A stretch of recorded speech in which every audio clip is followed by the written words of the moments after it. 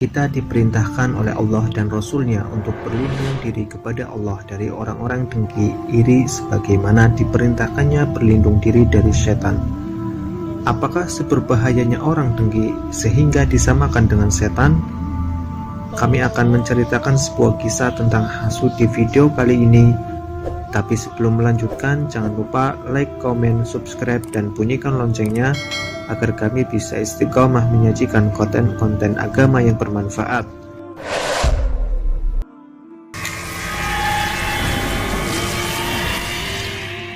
Dalam kitab Jawahirul Lu'lu'iyah halaman 317 dan Fawaidul Mukhtarah halaman 361 diceritakan ada orang yang soleh datang menemui Amirul Mukminin Muhammad bin Harun ar-Rasyid. Dia masuk ke kediaman Amirul Mukminin tanpa izin kepada pengawal ataupun menterinya, dan dia datang memberi nasihat kepada beliau. Kemudian ada salah satu menterinya yang timbul rasa hasud. Dia berkata dalam hatinya, jika dia tidak saya bunuh, dia lama-kelamaan akan bisa mengambil hati Amirul Mukminin, sehingga beliau akan menjauhi saya dan posisi saya akan tersingkirkan olehnya. Suatu saat si menteri ini menemui Amirul Mukminin bermaksud menghasut dan menyampaikan berita bohong tentang orang soleh yang beberapa hari lalu datang menemui beliau.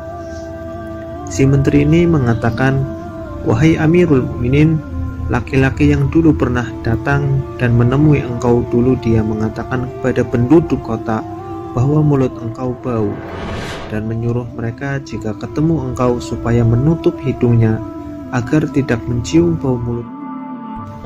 Beliau menjawab dengan nada tidak percaya, diam, jangan asal nuduh tanpa bukti. Kemudian si menteri ini keluar dan pergi menemui laki-laki soleh ini dengan pura-pura baik di depannya dan mengajak mampir ke rumahnya. Kemudian laki-laki ini dihidangkan banyak makanan yang di dalam makanannya itu banyak bawang putih. Ketika dia selesai menyantap hidangannya, si menteri ini memberi saran kepadanya, hati-hati ketika kamu bertemu dengan Amirul Mukminin, sebab kamu baru saja makan, takutnya baunya mengganggu beliau. Setelah itu laki-laki ini berterima kasih atas jamuannya dan pergi ke hadapan Amirul Mukminin. Seperti biasa, laki-laki ini memberi nasihat kepada beliau dan beliau meminta laki-laki ini untuk mendekat kepadanya. Ketika dia mendekati beliau, laki-laki ini mulai menutupi mulutnya, khawatir beliau terganggu karena bau bawang putih dari mulutnya.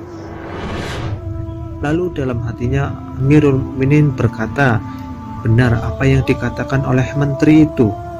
Kemudian Amirul Mukminin membuat surat dan meminta laki-laki ini untuk mengirimkan surat itu kepada salah satu pegawainya.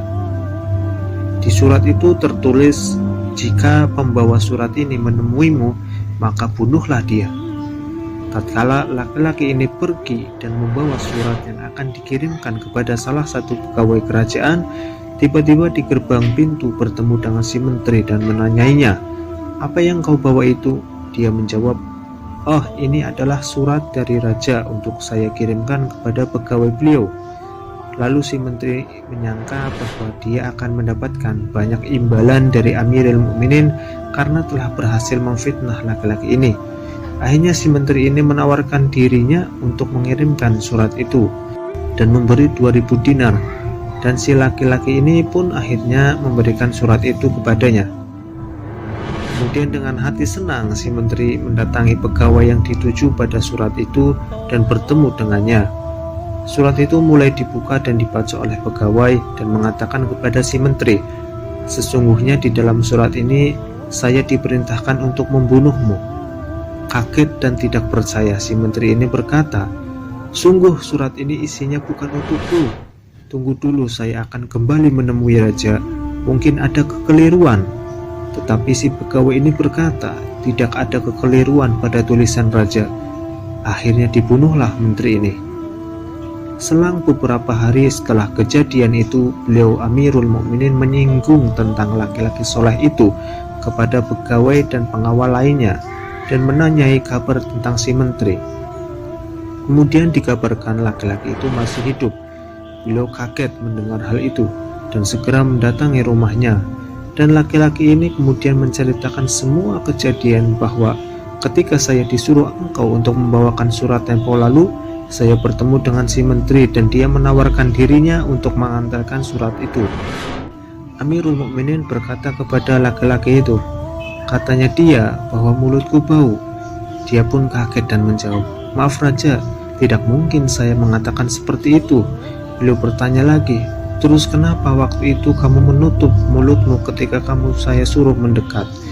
Dia menjawab, ya karena khawatir engkau mencium bau mulutku. Si laki-laki ini menceritakan lagi kisahnya dengan si menteri bahwa dia disuruh mampir ke rumahnya dan dihidangkan banyak masakan yang banyak mengandung bawang putih. Dan Amirul Mukminin pun mulai mengetahui tentang kebenarannya. Dan laki-laki soleh ini mengatakan kepada raja, semua tuduhan itu adalah bohong dan dibuat-buat, wahai Amirul Mukminin. Beliau menjawab, ya, semoga Allah menyiksa orang yang hasud dengan siksa yang setimpal atas apa yang diperbuatnya. Kemudian laki-laki ini dicabut dari tuduhannya dan diangkat menjadi menteri baru, menggantikan si menteri yang sudah dibunuh. Wallahu a'lam. Semoga kisah ini menjadi pelajaran untuk kita bahwa hidup ini harus rukun, tidak boleh ada saling iri, dengki, hasud. Semoga kita dijauhkan dari sifat dengki. Amin.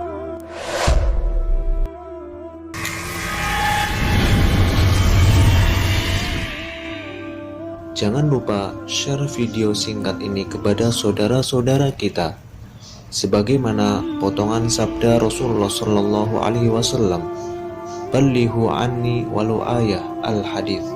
Sampaikanlah dariku walaupun hanya satu ayat. Wassalamualaikum warahmatullahi wabarakatuh.